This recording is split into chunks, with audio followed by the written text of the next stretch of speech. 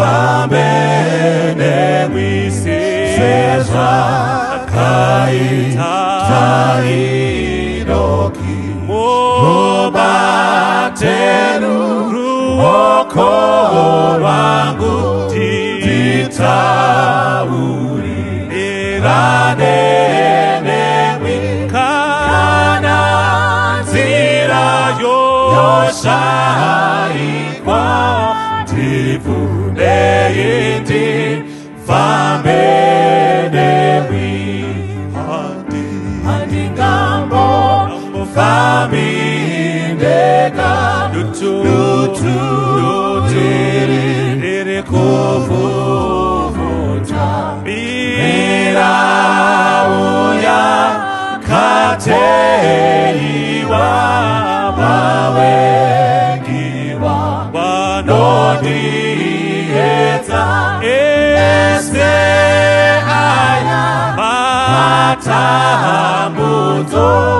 dzenzipfumai ndifambe nemi kuti mandipazororo zvepasi zvezvinowanado ndozofamba nekushinga ini ndotakura iwo muchinjikoda karandi wone Zioni tenzi pfumai ndifambe nemi kuti mandipazororo zvepasi zvinowanado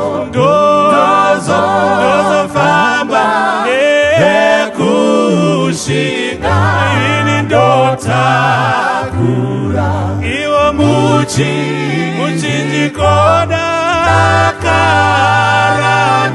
dakarati wonezi pfumai ndifambe nemi. Toda kumukwazisai mose pachirongwa Family Matters mukati mezuva ranhasi. Toda kutenda nekusangana kwataita mukati mechirongwa chanhasi. By the way, we want to say thank you so much kuvanhu vazhinji across the world vari kuteerera chirongwa ichi Family Matters. I think kana chichidaro pamacomments apa imbotitaurirai kuti tiri kuchiteerera tiri kupi. Imbotitaurirai. I think tinoda kunzwa masoko iwayo tione kuti iko soko riri kusvika kupi nekupi. I think zvinoti encourageawo. Mwari dai angaukomborera kuitire zvakanaka. Nhasi ndine dare rakatogumbuka risati radenwa. Saka regerai vataure mazita avo kutangira panapa. Makadini kovadiwa vateereri navatariri muZimbabwe nemberi kwamakungwa. Ini ndini wenyu Advocate Nyari Maposa. Thank you so much. Yes, next. Makadivadiwa vateereri kwese kwese indoitwa Gokomunda Deslim. Thank you so much. Yes, next. Makadiko vateereri kwese kwamuri. Ini ndinonzi Charles N Makombe. Tinotenda chose. Yes, next. Makadivadiwa vateereri nevatariri, zita rangu ndinoitwa Maichikowo. Maichikowo. Tinoda kutenda chose. Yes, next. Kwaso kwamuri hama nehanzvadzi, ini ndinonzi Watson Mbiriri, ndiri mufundisi. Nhasi sinyoro ndoda kumboombera vana ashonga vese vana ashonga vana mai vangu kwese kwavari vamhina vazvare vari zvipadze hanzi vanotukwa nedengu remupunga. Tinotenda ndo vakandibereka ndivavo chaivo. Toda kutenda chose. Mwari dai angakukomborerai akuitire zvakanaka vazvare. Ndizvo. Toda kutenda chose. Mukati mezuva ranhasi tapedza kuombera vazvare kudai. Tine nyaya tachida kuti titaure nezvayo yandiri kuona kuti iko ende taona kuti iko tikasadedza vamakombe inoshaya simba. Tizere? Tikasadedza vamakombe inoshaya simba. Inyaya yekudzidzisa wana tsika. Kudzidzisa wana tsika. Ndizvere ndo yatoda kuti titaure nezvayo mukati mezuva ranhasi. Ngatikurei dariro redu zvakaisa kunaka vanhu vaone pekudzana. Dr. Watson Mbiri, titaurirei, what exactly do we want to talk about nhasi? Toda kutenda sinyoro nevadare vose vari pano. Kana tichitarisa, rega titange nevhesi Leviticus chapter 19 verse 32. Inobva yati, stand up in the presence of the aged, show respect to the elderly, and revere your God. I am the Lord. Ukaenda nayo mberi 33, 34, 35 iri kudonongodza dzimwe tsika. Now panapa pari kutaurwa zvinotarisirwa, unhu hunotarisirwa pamunhu. Toti kana munhu mumhuri kana kuti mucommunity. In this case tiri kutaura nevana, kuti vana vanodyidzana sei nevabereki, nevakoma kana hanzvadzi vakuru kwavari kana vadiki kwavari, ko vamwewo veukama nevamwe vakapoteredza. Unhuyi hunotarisirwa kumunhu. Saka tinoda kuti sinyoro titarise nyaya iyi tichitarisa kune rumwe rutivi. Tiri kutarisa unhu nemagariro edu kubva pasi pasati parohwa nenyundo, nezvinokosheswa nepetari yezvinoti tichidya ice cream. Muri kuona kuti zvine ukama here ice cream netsika? Muri kupaona kana kuti pizza netsika here netsika? Ndo zvatoda kuti tione kuti kana zvisisina, saka taavanhuyi tochirarama takaita sei. Thank you so much. Nemamazwi tiruda kuti iko kana tichiti tsika tiri kurevei, maybe ngatitangire ipapa. Ndizvere? Thank you very much nekupwanya dende zvakanaka remukaka. Ndizvere? Mwashu takuchitanga kuona kuti iko zvakamira sei, munei mukati medende. Saka maybe kuti titange kuti titarise nyaya yedu ndeyekuti iko tikade kutarisa kuti iko kana tichiti tsika tinembenge tichirevei, tiri kurevei kana tichiti tsika? Zvakare kana tichiti mwana uyu haana hunhu, haana tsika, kana kuti ane tsika, kana kuti ane tsika, tiri kumborevei? Zvakare tsika tichibva ipapo pakuti tiri kurevei, zvine basa aiwa zvigodiko kana wati torotoro mwana nekudihombera madzinza nechinyi zvigodiniko? Handiti muri kuona nayo chiripo? Ndo zvatinoda kuti titaure nezvazvo. Ngatitangire ipapapo tivhure nyaya yedu zvakaiso kunaka. Tinorevei kana chiti tsika? Nai Maimunda, tiri kurevei? In short, yes, tiri kurevei? Kana chiti tsika tiri kureva hunhu zviri munhu. Zvinoumba munhu kuti anzi munhu. Kuti anzi munhu ndotsika. Alright, ndotsika, unhu zviri munhu. Zvinotoumba munhu kuti agonzi munhu. Zvinotoumba munhu, zvinoita kuti anzi munhu. Handiti ndizvere? Patsika yedu yechishona. Handiti ndizvere? Maita enyu Mwari ngakukomborere. Yes, Advocate Nyari, please. Thank you, Signor. Kana chitarisa unhu, ndanichipotaura kuti ubuntu. Kunzi unhu it's a behavior that is commonly accepted in society as proper. Good. Yes. And expected. Of a normal, average, intelligent human being. And whatever age. Ndingati muchirungu techitaisa zvinhu zvitatu. Chekutanga is the character of the person. It must not be unsavory.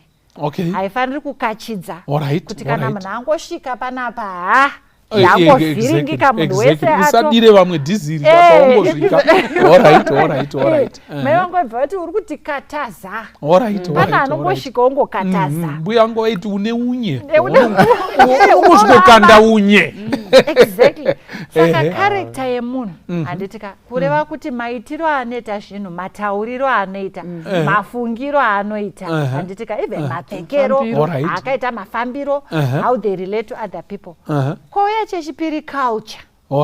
Is this person a cultured person? Munhu here wokuti anofamba pane dignity, wekuti vanhu vanoti munhu uyu ane hunhu, Alright. zviito zvake zvinoyemurika. It can be emulated by younger people or even other members in society. Yes. Chechitatu toti etiquette. Okay. Handiti etiquette kungoreva the finer things of life. Alright.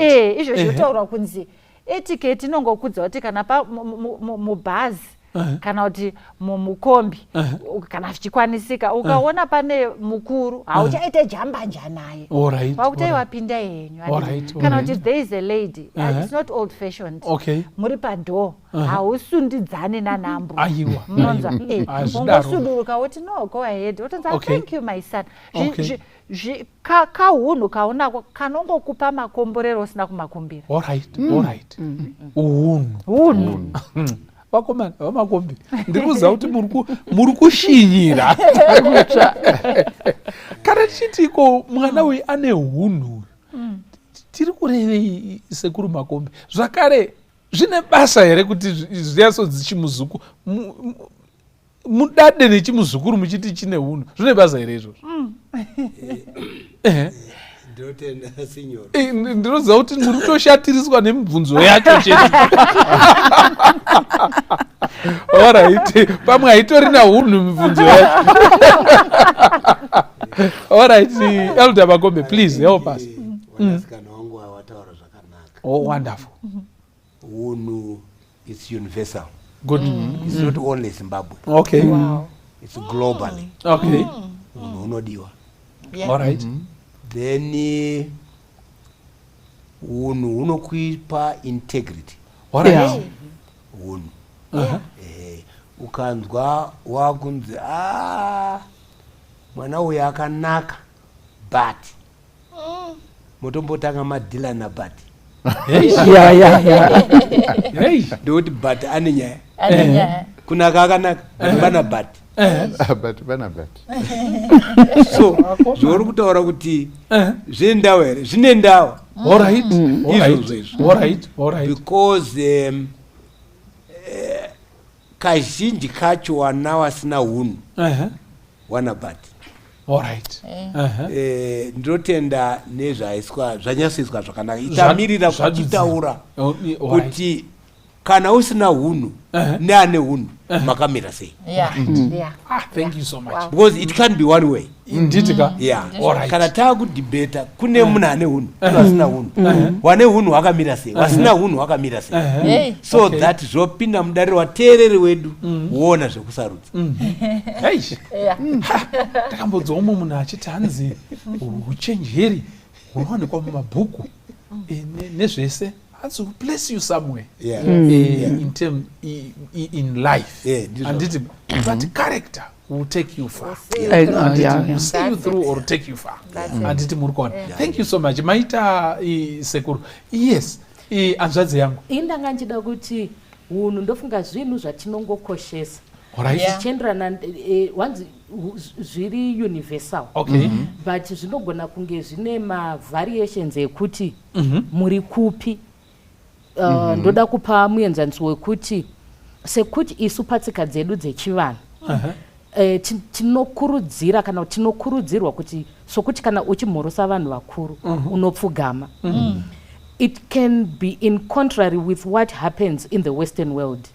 Kuti munhu akakuti hello how are you akamira, it doesn't necessarily follow kuti haana hunhu. Saka hunhu hunogona kunge hune context yawo, asi chakakosha ndechekuti uri kuita zvinotarisirwa here munharaunda yauri maringe nevanhu vaunogara navo. Maita hanzvadzi maiduhumura zvakanaka, tiri tese here. Right. Imbondibatsirai, hakuna here zvimwe zvinhu zviri kutokwikwidzana chimanje manje chiri kutokwikwidzana nezvamuri kuti hunhu zvacho izvozvo? Kudzidzisa vana tsika, hakuna here zvimwe zvinhu zviri kuitika mazuva ano zviri kutokwikwidzana nekuda kudzidzisa vana vedu tsika? Maybe zvakakosha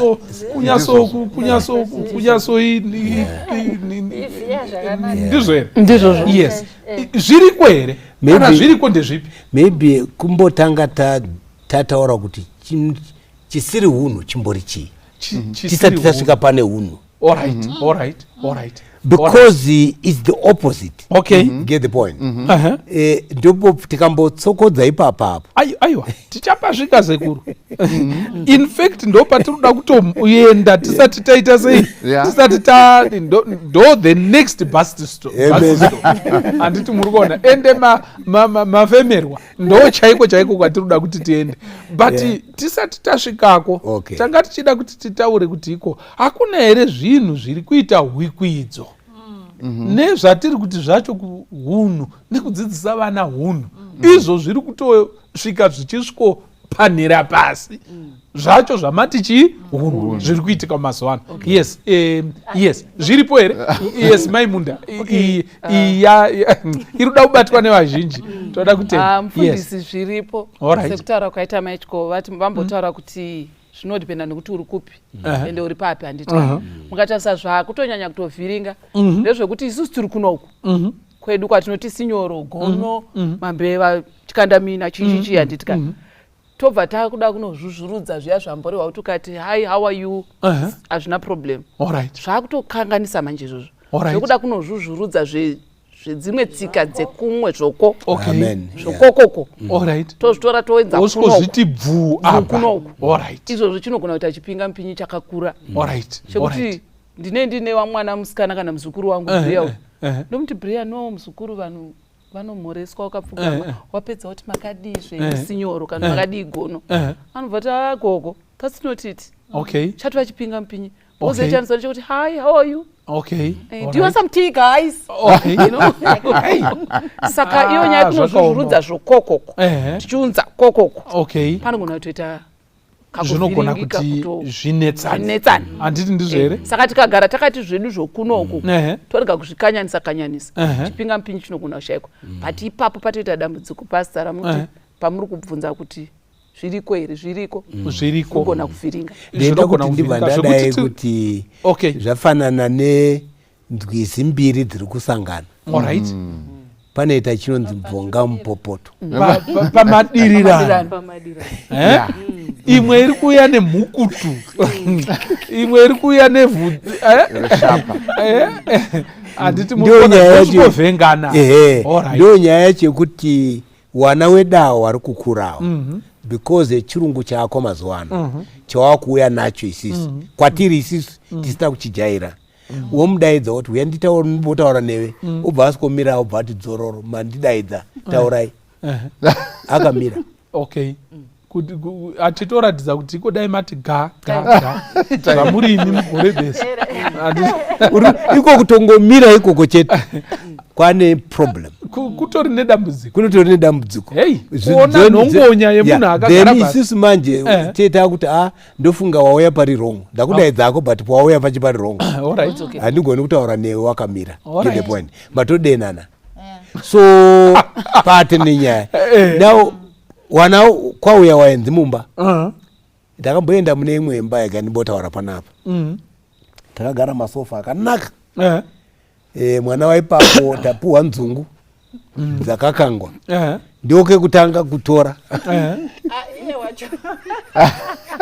onzikaningi kari kutouya hwevhi takabva tangomira namai tikati idzi hatichadya idzi dzadze mwana na uri kuona hunhu imi hunhu hwenyu hwakukurambidzai kukukwidza zvinhu zvanongwa nemwana because hazvichagoni hunhu hwemumba imomo but isi kwatiri manje tabva tatidududza hazvichakwanisiki hunhu hwakaipa ndembeenda dambotaura pane nyaya yakaitika yes a young man aingoita zvose wabereka wasingatsuri then someday akasungwa aenda mujeri infact akakomita murder akomita murder ndobva zvanzi chidaidza wabereki uri kuenda kuhanging close adaidza mai ndokuti baba vangu vasisipo badaidza mai zvikanzi kwange kuine iye hakuti unoisa nzeve nepawaenda kuti uyu ari mukati ataure kwauri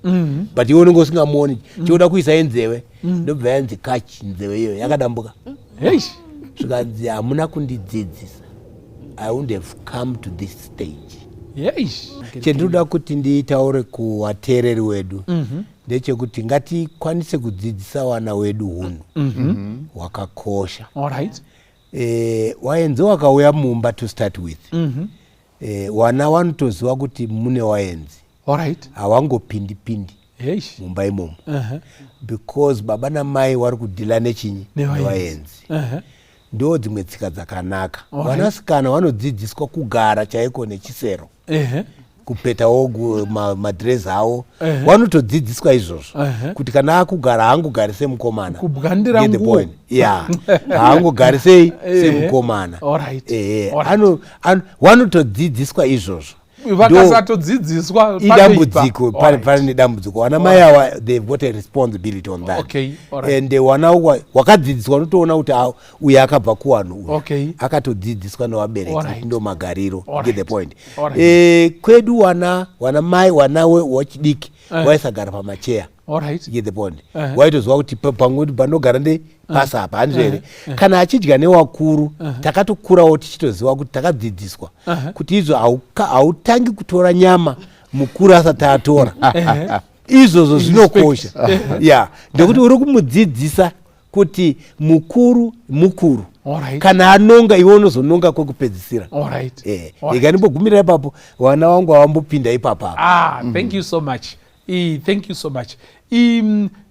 Itsika dzimwe zvisambo zvatisatombogara pasi vana, handiti muri kuona, toregera kuvadzidzisa. Ende pamwe pacho vabereki tiri kufunga kuti iko vachangodzidza vega. Sometimes havatozvizivi kukosha kwazvo. Vanongoona zvichiitwa, zvichingotaurwa, but the value inopiwa pazvinhu izvozvo sometimes is very, very low. And kana vachizvitora havazvikoshese mukati meupenyu. Thank you, Elder Makombe, for that. But what, in addition to that, what are some of the things that are militating against us as we are trying kudzidzisa vana vedu tsika? Yes, advocate.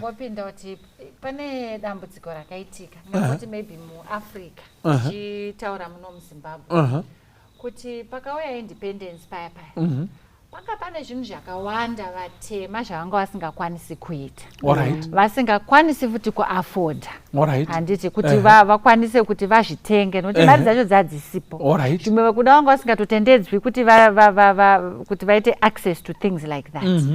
Saka ndakaona kuti pakangonzi nyika yavhurika zvezve vana Smith vaenda, pakaitika ngati chinjiko tokoti the floodgates were opened. Vabereki vakada kutaridza kuti tine mari yekuendesa vana vedu kuma-private school. Uyezve tine mari yekutenga chingwa chine mazai pakati as opposed to mbora. Uyezve vanenge necolonialism, neinfluence yecolonialism. Tinenge nekuudzwa kuti hutema hauna kunaka, urungu ndo hune dhiri. Isusu takada kuti vana vachidzidza chirungu kupfuura chishona.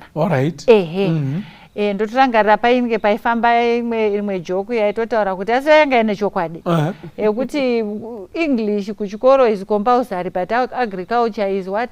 Is optional. As if tichakura tichidya chirungu.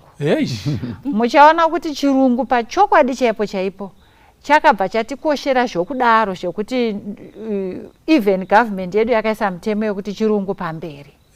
Handitika. Nokuda kwaizvozvo tinoona kuti a lot of culture is couched in language. Zvinondinetsa kuti nditi kumwana mbudzi kudya mufenje ufanangi. Izvozvo mbudzi ndo yaangaziva, mufenje hauzivi kuti ufanangira zvikazoitepi. So the lesson is completely lost in translation. And the culture is also entirely lost. Saka kudzidzisa vana vedu culture which is carried in the vehicle of language. And yet you don't have the language anymore. That already is a challenge. It's a problem. Indatoti kune vana ruso rochipa vanhu mvura musana wako wakaoma kunge pranga muri kuona ndatova muti musana wako wamakunge pranga kureva kuti you are stiff, you are not bending down, you are not humbling yourself and humiliating yourself. Vakazozvibata kuti kana ndichinzi iwe une musana sewepranga vaenzi havazvizivi asi atoudzwa kuti handina kudini kufugama. You understand what I mean? Saka that already, that language barrier iripo nevana vedu ava and yet isusu culture yedu toiziva iri carried in that language. It becomes a very big challenge. Kozoita censorship board chaiyo. Censorship board kare yaishanda nomazvo. Mondi wawo yaishanda nomazvo chaiyo. Ichishanda nomazvo yaitoti chero music iri kuteererwa malyrics acho akamira sei. Chero kwakusina zvako mavideo aivako but aitogadzikwa and anenge akatonatso kuonekwa nana mazviko kunaona kuti is this the general trajectory we want the country to take nevana vadiki handiti ike zvino asi ndonasoti censorship board inofanira kuti kakei ngoma yacho yanyanyodhamba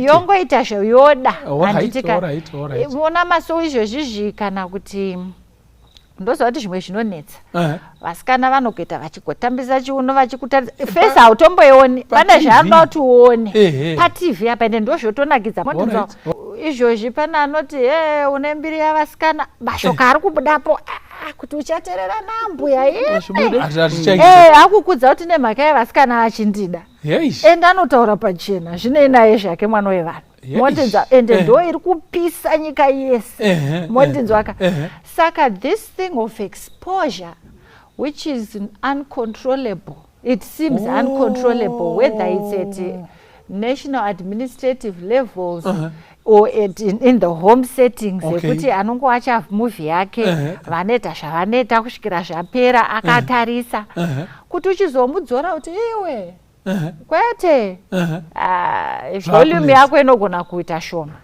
Saka muri kuti readvovo kuti iko panenge pakushayika zisekuru in our structures censorship.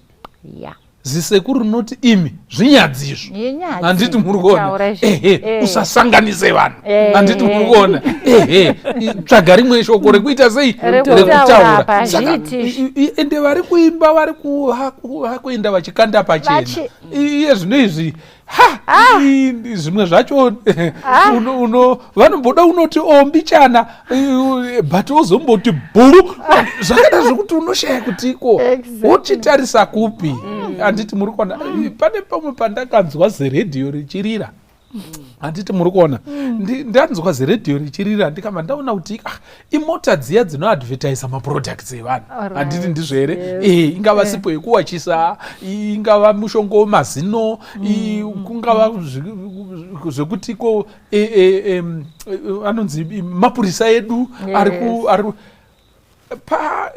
ivo vaiadvertisa zimota rakavhurika one side redhiyo yakati yanzi dhingu saka pana mai vanga varipo vandakarespekta fani mamiriro avanga vakaita but ndakavarespekta redhiyo isati yadhingurwa handiti kuri kuona payakadhingurwa chete ndakarasa respect yangu ndichibva ndaitsvagira kabhini ndichibva ndakanda ndichibva ndatendeuka ndichibva ndaenda nekuda kwokuti kuzvonyongoka kwakaita pavanhu pavana pavanhurume pavanhukadzi ini ndakaona unoziva kuti pane pamwe pekuti unonyara iwewe asi munhu wacho wauri kunyarira chiremba imbuti zvii mataura point yakanaka kurasika kwelanguage kubvumidzwa kwakuitwa zvinyadzi pachena and all that zvakurwisana nekuti tidzidzise vana vedu tsika maita enyu. Yes, chiremba ndovunga maichiko wangu asimudza ruoko I can come maichiko sorry inanga nchida kuti ndinoona sekutiwo chizvino zvino chakauya netechnology. Alright. And patechnology papa tave nesocial media inenge ine ma-social influencers vanenge vachipusha for mabrands avo netsika dzakasiyana-siyana zvinova zvinhu zvandinoona sekuti kuvana vedu vari technosavvy zvinhu zviri very attractive. Saka kuti wo uchizoda kuti nepano makwikwi acho ivo vanenge vari speed yacho ivo vanenge vari ku 120 iwo uchiteera uri kuma-8 okuti ngatiomberetete kana sekuru vauya pfugama vagezese maoko chiri ava vari mberi nekuti exposure yavo nenyaya yekuti the world is now a global village, the interaction that we have yakanyanya. Someone was saying to me kuti mwana wako anogona kusabuda gedi achigara ari panze asi 1 am ka anogona ngati uri ku New York City saka achitodzidzira gangster culture yeku New York City iye ari kuno kuZimbabwe. Saka ndona sokuti asina kana passport ndona sokuti ndizo zvimwe zvezvinhu zviri kuti kanganisa kuti tinyatsoti tsika dzedu chaidzo tidzirovedzere pavana vedu. Thank you. Chiremba. Yes. Totenda zvikuru. Saka iyo nyaya yekufamba I think pabatwa nyaya yemedia, the power of media yekuti kukauya muimbi anenge aine mukurumbira akagerwa one side remusoro munoona Harare yese yagerwa one side. Ipower yemedia nemacelebrity vanhu vanenge vachipembererwa kunzi uyu ndiye chaiye munoona. Vandi pane advert yaiya chekushambadzira chaicho kuti munhu ari kufamba akataridzika zvakanaka vanhu vachimuyemura otsika bhabhurigamu ranga ratsotsvawo nezuva murodhi aakufamba gumbo richinamira achizuva gumbo vese vari kumashure uko ari kuzuvawo makumbo akuteera ndositaira kuti akana ari kuita zvitori right. Of course iyo nyaya yekuti yeglobalization yataurwa yekuti zvasiyana nekare kekuti taingozvarirwa machiduku okurira machiduku woita sei. Iko zvino vazhinji vari kugara kure zvikuru nekune marukuvhute avo munoona matunhu mamwe ekuti kune maitirwo eko saka unogona kuenda nevana unogona kuita vana vauchabereka ikoko. Kune ma-intermarriages ari kuitika ekuti watora munhu wekuBahamas watora munhu wekuVanuatu kana kuti wekukiribasi murikuona inyika kaidzi vana kiribasi zvinokuti uchanyatsa kumuti. Saka zvinhu zvakuitika neglobalization kuti muchanyatsa kuti tsika ndeipi manje vana ndogona ngataenda nawo kana kuti vaberekerwa ikoko but vana ava vama-third culture kids. Havazi chaiwo vanogona vaberekerwa muNew York but maNew Yorkers indigenous vanovatarisa as outsiders and then vekunoku vanenge vachiti ava ndevekuAmerica. Saka ivo vane musanganiswa wekuti culture yekwavaberekerwa kana kuti kwavakurira nekwakabva vabereki muri kupaona. Saka vama-third culture kids zvokuti vatone imwe culture iripo. Saka zviri kuuya nekuda kweglobalization ndo munozoita kurasika kana kusaruka kunoita mitauro manje nekuda kwokuti semubereki unogona nga uri kuchikoro uri kubasa you are so busy vana vanopika mutauro vanopika. Taiona dzimwe nguva tiri kuchikoro kuAsia kuti vabereki vaiuya vanobva kune dzimwe nyika dzisingataurwi chirungu vanobhadhara mari nemari vari kuEnglish Center kwekuti vadzidze chirungu kuti azopinde muprogramu yake yaakafambira. Asi vana vake vari kungotamba kugiraundi uku vanochipika chirungu ichocho in 1 month chisina kana fees yabhadharwa. Saka muri kupabata. Saka mutauro unochirasika and sezvataurwa mutauro ndo vehicle ndo tswanda yacho inotakura tsika. Muri kuona kana tichiti kupfugama kana tichiti kuchikora muzura breaking the knee hazvinyatsozobude nechirungu saka kana tatorasikirwa nemutauro zvinoreva kuti pane zvakawanda zvatorasika zvaenda nemutauro iwoyo. Mune nzungu dzakawanda dzatoenda imomo dziri kurasika. Saka ndo zvimwe zvezvinhu I think zviri kuitika kuti globalization ndo chimwe chezvinhu zviri kukwikwidzana zvikuru netsika neunhu hwatakajaira hwatinoremekedza sevanhu pakugara kwedu. Thank you so much. Ndenda kumbotaura hangu kuti timbonangana nesu tiri muno muZimbabwe. Unhu wedu wewana warasika zvabasa. Handizivi hangu kuti tichaudzosa sei, but rega timbotaura tichiti isusu wacho tinoziva unhu wacho. Ngatitore danho rekuvadzidzisa. Usatuke mwana akuita zvaaita izvozvo usina kumudzidzisa. Because it doesn't make sense. Because akazokubvunza kuti zvezvo zvamuri kundituka kuti ndamira hangu ndakadai izvi makambondidzidzisa here, how do you answer? Papa paita problem. So in other words, mwambotaura achiti izvo, you have a responsibility pakukura kwevana wako. You have a responsibility pakukura kwemhuri. You know what I mean? Uri kuvadzidzisa chinyi. You remember ndambotaura nyaya yabhati. Mai ava vane mwana wakanaka samai wacho. Ati wari muarea handika, but area inozikanwa kunzi mai ava mhuri yakamira yakadai. But wakuda pane mukomana akuda nchi musikana, mwana wavo musikana. Honzi tiri kuenda kwachikoo, ndizvo chikoo naika. Honzi aya mwana akanaka, ane chimiro chakanaka, but waona manje tatogumira zvese hapana pamuchaenda musati magadzira bati. Paita stop. But must be addressed kuti zvawazoti but chii chiri muri kuti kudii. Vanhu vacho hawana hunhu. Munobiwa mumba imomo. Hamuna mumwe mwana akaroorwa, uri kutoona kuti wauri kuda wakuru wacho hawana kuroorwa. Now zvana but now what are we saying wateereri? Isu tiri kuti panapa hunhu hwakakosha vana wedu tivadzidzise. Kana uri mukomana unotozvityora wotaura nemubereki zvakanaka. You know what I mean? Zvanzi it takes a village to raise what? A child. Saka isusu manje kana machechi medu chaimo ekatimboenda padhuze muchechi ndokuti kumapisha kwatiro weanhu kwamtuka gore ndo vakarasa pe kudhuze ndo kwamtuka gore kwachiko tine tsika dzitaka, but taakutaura manje muchechi yemasavata kana kuti any church. Ngatidzidzise wana iwawo, chero asiri mwana wako wakazvara iwewe ngaadzidziswe hunhu kuti zviite zvakadaka. Get the point? Because unogona kukwazisa mumwe mwana so haadairi uti ndakanganza papi. You know what I mean?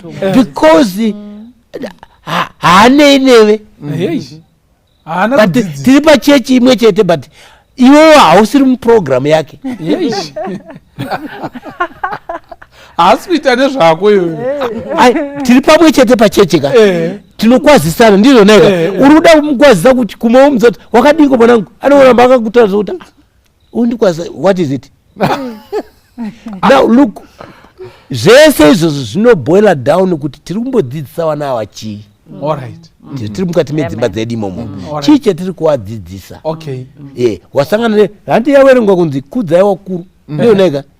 Ndakaona ndichimbotora kamari so zvikanzi pane vafana varipoka, zvikanzi atauya kudhara, zvikati but pakanzi senior apo kapa, zvikanzi oh. Now look, hawanei nevakuru. Ndo kukura kwavari kuita, ndo hunhu hwataurwa huri kuitwa imported into this country. Huri kuimportwa. And vari kuimpota wacho handitika wapanawo kwandari kuti zvino ndichahuexpecta because hautambiriki kwatiri manje. Saka zvakunetsa. Unoona mwana akabhurukwa riri panapa, underpen yemukomana iri kuonekwa, bhurukwa riri kunoko, ari kufamba achiita zvokunge ari kutanaira. Why? Because pana kwawakazviona. But wabereki tese tine responsibility, but hapana nomutsura kuti kwiridza bhurukwa. Iwo wacho uri kumuona wakadaro hautsuri. Ndokuti kwamba kwabva haana kutsurwa. Iwo chati ndotangira nepapi. And yet it takes a village to raise what? A child. Hallelujah. Amen. Thank you Seguru. Maita inyu elder Makombe. Saka ndisati ndaenderera mberi, ndanganchida kutiko dai nyika yanga yatibatsira vanogara pasi vachiona kuti iko zvinhu zvaonekwa nevanhu zvii, dai mamatibetserewo pazvinyadzi, kusanganisa vanhu vasingafanirwi kusanganiswa, maybe dai patsvagwa dendere razvinoonerwa haro, kwete kuti ndakagara hangu nambuya hangu tiri kudya nzungu, ukati digi TV chaiyo yedu yemuno unotarisa pasi kakawanda, kana kuti remote inogara ichingonzi off on kunge TV ichatsva, because zvinhu zvizhinji zvakawanda zvacho tinototenderana kuti izvi zvinyadzi izvi, but zvinenge zvinoda kunzi zvifosekedzwe kuti iko muzvione chete makasangana. I don't know kuti iko problem tatadzei ipapapo, tibatsirei ipapapo. Mwari ngakomborei akuitirei zvakanaka. Now ndedzipi tsika dzinokosha dzatingadzidzise vana vedu? Ataona hedu kuti language yatirasisa, masaisaiwo ari kusaidzira, handiti ndizveri? Masaisai ari kusaidzirawo zvichihozhoka, zvakawanda zviri kuita militate against us. But ndedzipi tsika dzatingarambe tichingoti mwanangu, mwanangu, kana uri pedyo nemwana wani nemwana wako, ndedzipi tsika dzakaita sokudaro? Yes. Maybe one tsika. Maybe ndingangotanga nekuti kumhorosa vaenzi. Alright. Kare vana vaenzi vaiuya mese muri mukicheni handiti. Zvonzi kana vaenzi vatouya vanhu vamhorosana mati makadi vana vaiziva kuti tofanira kubuda. Handiti ukazonzwa zvonzi ndandotsvaga musipiti kana mudzepete, ukandobvunza munhu ari kunzeko kuti ndanzi nditsvage musipiti, handiti waitanga wakwaturwa mbama yekuti iwo hazonzi utsvage musipiti, sei wanga usina kuzviona wega kuti you are no longer, your presence is no longer required here. Okay, all right. Ndikare mazuva ano vanhu havasisiri muliving room zvokunyanya, vari kumabedroom avo. All right. Muenzi anosvika agogara agoenda agotobvunza kuti pane vana here pano, mondinzwa? Hapana anoya kuzomorosa kuti hanzi uchinji ndimototi ningi uya kuzomorosa ouya akafizuka munonyara zvoti mototi dei agara ake ari kubedroom kwake maonatonga akafirita zvazvokuti kuti makadi enyu muraiti here, makadi ikongoziva makadii, munondinzwawo makadini with a smile nekungova welcoming, munoziva. Ndongotitaura chechipiri vamwe vozopinda. Just table manners, itsika dzakakosha idzodzo dzisisisina vanhu. Umwe anodya achipushira kudai, munhu mukuru wotomuti pukuta muromo, ona munhu akudai kusatonzwa kuti pane chikafu chaenda pai, chaenda pamuromo, chingwa pane mafufu asarira panapa, kungotsenga wakavhara muromo, vhara muromo. Tese tiri kuona zvirimo zvawanhingini zvawadini zvambobvepiko, transparent, open to the whole world. Tichibage icho chasanganiswa nezvakati chiri pachena, chichitsengwa zviri pachena. Iwe kana wajova unojovawo zvine mwero, kwada kuti bobobobobobo zvichiinda. Kana excuse me kuti sorry ototsvaga kakaruswa kekubvisa ningirikiri, wapedza kudya zviri kunzwikwa nemunhu wese. There are some things which are private, ende kana zvabuda unofanira kuchivharidzira. Kukosora wakavhara muromo, munoza simple things, etiquette imwe yekuti haufaniri kuzoudzwa wa munhu mukuru. Zvongoti kana zvimwe zvinhu unozvitori wega bedroom mako kana mubathroom, asi kana wangowana mumwe munhu asiri iwe, zvakutokusungira kuti mind that person. Usasemesa vanhu, usafamba uchisemesa vanhu, uchisembura vanhu nekuti uripo, kana kuti nekuti wadya. Tatadzei zvamataura, senzenina nenyaya yekuti wadya iwe, tadi hedu tidya uchingoti respectawo, tisatoshorwa nezvauri kuita. Hashtag miromo kungoidzora uchidya pavanhu, etiquette, etiquette, vainzi vasvika, wabudawo kwawanga uri, wanga uchistanda, be welcoming, anditi smile, anditi ndizvere, and show them that you are happy that they are at this place. Zvakakosha izvozvo semwana zvinotibatsira kuti pamwe chete tive timu yekuti pamusha pedu panosvikikawo. Haikona kuuya uchibva mubedroom mako uchiita kunge wakafiritwa, kunge wambogwinwa nemagetsi. No, it's not right. Semwana zvakakosha izvozvo. Maita advocate. Yes, imwe tsika inenge yatiri kukanganwa but yakakosha. Maimunda tibatsirei chii? Okay, kungoremekedza vanhu. Tinoti vanhu vakuru esachi kwete vanhu vakuru vega, munhu wese akungorespekta. Then nengodziza kuti mazvita unoziva kuti no nyange murume mukuru kana mwana mudiki kungotambidzwa chirungotora kwakutoenda tsika dzakutorasika pasta kungoti munhu ati mazvita henyu batanidza maoko chaiyo kudai moziva kuti kwakakosha but tiri kurasika. Saka ngatidzidzisanei whether waitirwa chinhu nemwana chaiko. Thank you. Inoita kuti munhu ave nemadhlauzani ekuita zvinhu zvakawanda mangwana and then kunyanya kuremekedzana. Thank you so much. Yes. Elder. Ndenge ndichida kutaura kuti kazhinji kana tichitaura nevana ngawagare pasi totaurawo nawo woteerera wakateererawo wonzwa zvendiri kutaura kana achizoenda akewoenda. Dambudziko rimwe riri kuitika nderekuti kuda kutaura nemwana anenge achitofamba. Kana ukamuti manhero achipfuura arizodaira iwa uchatombomuoni kuti aenda kupi. Unombosara neshoko iye atoti poyoyo atoenda. Munhu iwowo wakaipa kwazvo. Don't walk away from me. Don't be walking away. Ndikutaura zvendinoona. Zvendinoona. Zvakakoshawo kumbomira. Maswera here? Taswera hedu. Kasapfugama that's fine.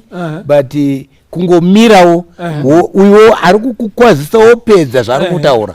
Iwe wakadini? Wakamira. Zvinoita zvakadini? Zvakanaka.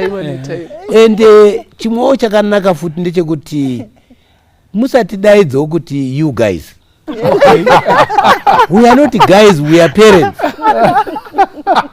Ndingopfuura hangu naipapo because ndo zvinoitika kakawanda. These guys they don't understand. We are not in their league. Atisi muleague yenyu but we are not guys. We are parents. Then chimwe chandingakumbirawo ndechekuti kana uchitaura so zvine zvidisipise. Just be at yourself. Kuti uri kutaura nemunhu mukuru. Could be your mother, could be your father, could be your brothers. Idi taridzawo kuti uri munhu anogona kudini kunzikwa. Ndo zvimwe zvandingade kutaura. Chekupedzisira wanangu, kudzidza makadzidza toziziva, but usangotaura chirungu pese pese. Kuna mbuya uda kutaura chirungu, kuna sekuru uda kutaura chirungu. Ndapota chimbosiyawo taurawo mutauro wako chaiwo chaiwo zvakangonakawo, so that modini you'll be at the same level going. You get a point. Ndo zvimwe zvandingada kuti dai tikatsimbidza kuwana wedu kuti warege chirungu chakanaka but chimwe chacho chinodiwa uchitsvaga basa. Haikona kumba. Thank you so much.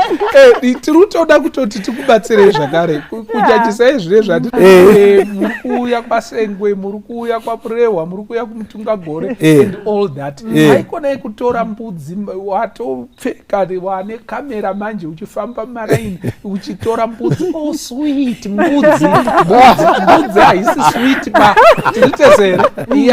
Saka tashira kuti tikutokubetsera handiti muri kuona vanana mbuya vanana sekuru vanogarapo vanhu they are not monkeys. Haikona kutaura nawo nechingezi yedza kutsvagawo chishona handiti muri kuona. Zvinobatsira izvozvo mukati mekurarama nemukati meupenyu. Pangwarirei, tapota please tapota. Yes, ndangachida kutiko one item and one item. Yes, tivhare chirongwa chedu. Yes. Vana vedu dei vakabvuma kurayirwa. Alright. Chero nemunhu and nokuti wisdom ka haingobvi kuvabereki vako chete. Zvatotaurwa kare kuti it takes a village to raise an African child. Saka kana ruwa rwese ruchabatsidzira pakuumba, iwe chibvuma. Kwete zvokuti muri mai vangu here? Who are you? Okay. Iwo unenge uchitoita nepese pauri kudawo kuti maonero angu dei wadai mwana, ndiri kutokuona semwana wangu, ndiri kutokukoshesa. Iwe response yako yatiweyo kuti hamundiudzi nokuti hamundiudzire, hamundiudzire ndo mutauro uri wechizvino-zvino.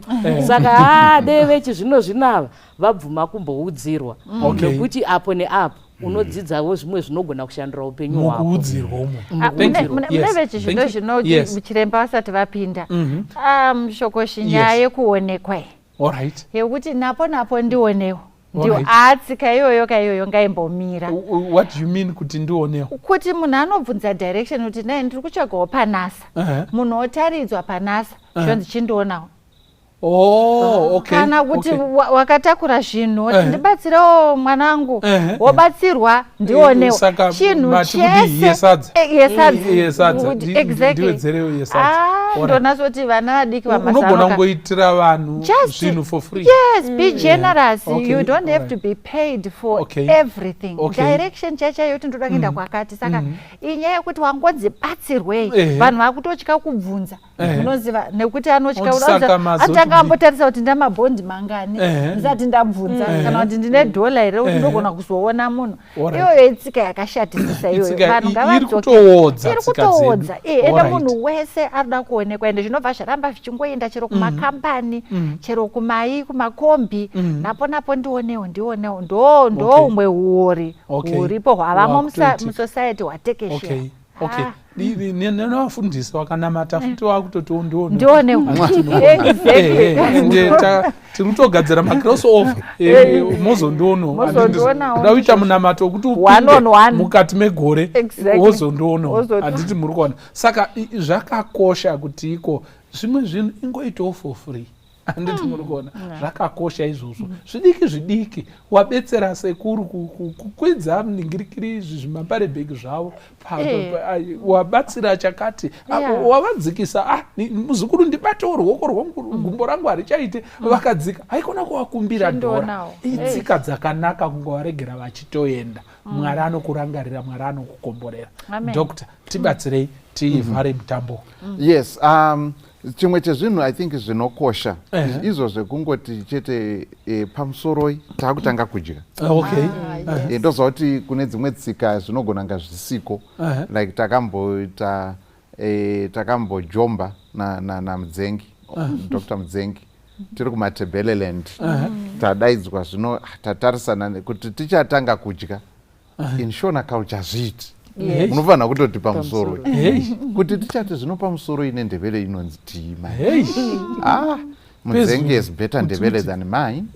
I'm fluent pakunzwa but kutaura zvinomboita maeka. Idi takatsvaka kutarisa nhungo kudai kuvereka idi pamusoro iya kuti tinotimba idi hazviti. Saka takazongoguma taita neShona. Ava vamuconfusion. Vati pamusoro ikuyini konoko. Angazi kuti kuyini. Ngicabanga ukuthi vete phezulu. You know, vatoitawo confused because vaita direct translation into Ndebele and it doesn't mean anything.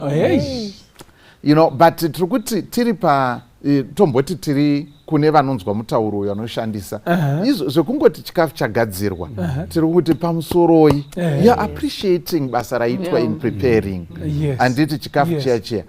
Tapedza kudya, ndoda kutenda. Maita zvakanaka. Hazvina mhosva kuti ndi anokubatsirai basa mumba. Zvakakosha kungoacknowledge nekutenda vanoita kuti pave nekudya. Totenda mangwenya, totenda sinyoro, totenda izvozvo zvinhu I think zvinhu zvakangonaka. Munoziva kuti process yekuti chikafu chizosevhwe patable apo it's a process chekuti zvakakosha kuacknowledge to appreciate zvokuti vana vakakura vachidzidza zvinhu zvakadaro uye zvakare kuziva kuti kumhoresa vanhu.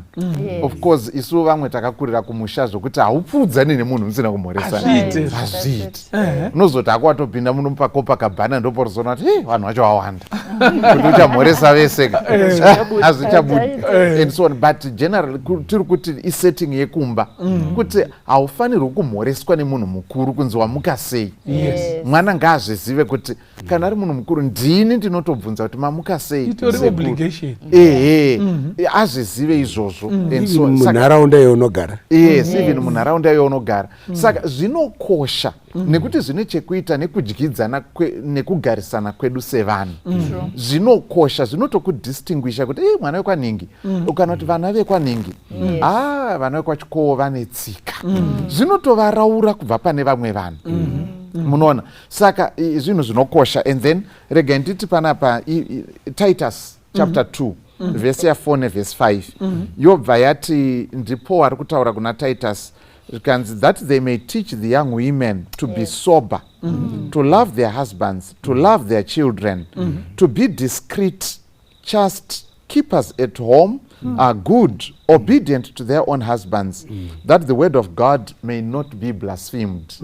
Ndipaura ari kuti chiudza vana mai vechikuru vari pachechi vadzidzise vana ava madzimai echidika unhu hunotarisirwa kuitira kuti magariro akanaka mudzimba ekuti vanobata sei vana vavo, vanobata sei dzimba dzavo, vanoita kuti shoko raMwari risashorwa. Muri kupabata nekuda kwekudzi ko uyu taita anonamata ko unhu muri kuona. Saka ndo saka pari kubuda pfungwa yekuti number 1 unhu hunokwanisa kutodzidziswa. Number 2 hunofanirwa kudzidziswa. Number 3 zvinotokosha maonerwo atinoitwa nevakatitenderedza uye zvinotonozobatanidzwa nekutenda kwedu. Unhu hwatinahwo kana hwatisina vanhu vanobva vazonozvikochekera nekutenda kuti kana kuri kokunamata kwacho kwokuti hauchina respect nevanhu vakuru mungopfuura muchirowana mapendekete mupaseji nekuti uri munamati ngazvigare kana kuri kokunamata. Saka unhu zvinogona kuenda pamapfekero sinyoro ekuti munhu anogona kuti zvinogona kunge zvichigamuchirika kwaunogara uko kuMount Pleasant Heights asi zvinori kuzviyambi. Muri kupabata. Saka zvinoda kuti tione context, social intelligence, yekuona kuti panapa izvi zvinoshanda, izvi hazvishandi and so on. And then maybe last but not least ndezvekuti chimwe chezvinhu zvingaitwe mubvunzo wekuti maybe mumwe anogona kuti saka zvingaitwe sei. Chimwe chezvinhu zvingaitwe zvichibva pakuti maybe chimwe chezvinhu zvakanganisika nekuda kwemagariro echizvino zvino hatichanyanyi kuwadzana nekudyidzana semhuri yekwamaiguru zvokuti once in a while after 3 years ndoponazoti wakanganwa here tete kuchegutiwe inga wakambouyawo panapa vakakunzirai maorange and so on and so on. But it's once in a while. But zvaikosha kuti as much as possible tiedze kushanyira hama kana kusangana kana kudii zvine zvazvinoita pakurovedzera unhu nekukudza netsika dzakanaka idzodzidzi. Kuenda kumusha taenda iyo holiday iyo tamboenda zvimwe zvinoda muri mucontext achinzi ndo anonzi sabhuku muri kupaona and so on and so on. Saka izvozvo zvinhu zvakaita sekudaro kushanyirana nehama kumboendawo kumusha nekudi zvinobetsera kuti zvimwe zvacho zvimwirire uye isu kana tichizvipractiza zvakare sevakuru. Maita henyu toda kutenda. I had one word yekuti nditaure kazhinji ngatimbousawo word rekuti I'm sorry. All right. That word is not spoken. Nevanhu vazhinji. Thank you so much. Maita henyu toda kutenda vadare. Maita henyu nekuteerera chirongwa chemukati mezuva ranhasi. Mwari akukomborerei, Mwari akuitirei zvakanaka. Tsika, hunhu, kungonziko mwana uyu ane ganda kumeso. Zvozvo izvo zvinokosha mukati meupenyu. Tanga tichikumbira kuti dai Mwari anga atikomborera mukati medzimba, even at national level. Ngatirovedzere hunhu hwakanaka. Vakuru mudzihurumende yedu and all that, tiri kukumbira pafamily matters. Anene kuti chii chamungaite kuti iko vanhu patinorova bembera vanhu vachionekwa nevanhu vazhinji and all that. Hazvingaitwa here kuti tiisewo kahunhu kanongoratidza kuti tine hunhu. Izvozvo zvakakosha mukati meupenyu, semaonero andiri kuita, kuti iko vana vachazouya vachazotevera vange vakahlokawo, vachitofambikawo navo, vanogona kutoisa mbuya apa nemwana wako ari kuchikoro chemhando yepamusoro chiya, vachigona kutotaurirana zvakanaka. Chinhu chinodadisa. Mwari dai angakukomborerai akuitire zvakanaka. Zita rangu ndoitwa Pastor Francis Mbira, musvokozve pachirongwa Family Matters. God be with you. Amen. Kuna Jesu, kuna Jesu, kuna Jesu, Jino,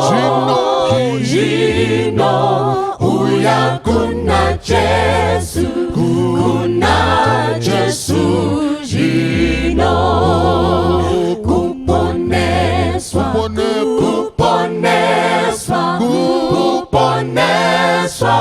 Jino, uya kuna Jesu, kuponeswa, Jino,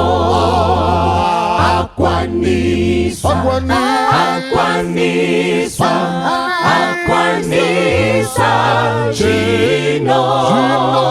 Jino, uya kuna Jesu, akwanisa, Jino,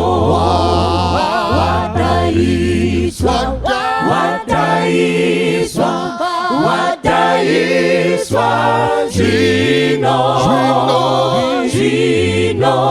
uya kuna Jesu, arindira, Jino,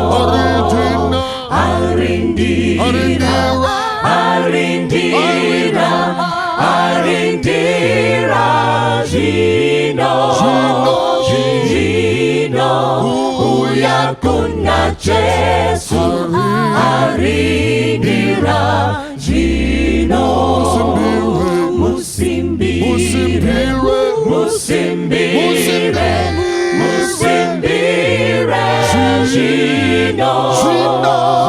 Jino, uya kuna Jesu, musimbire, Jino, komborera,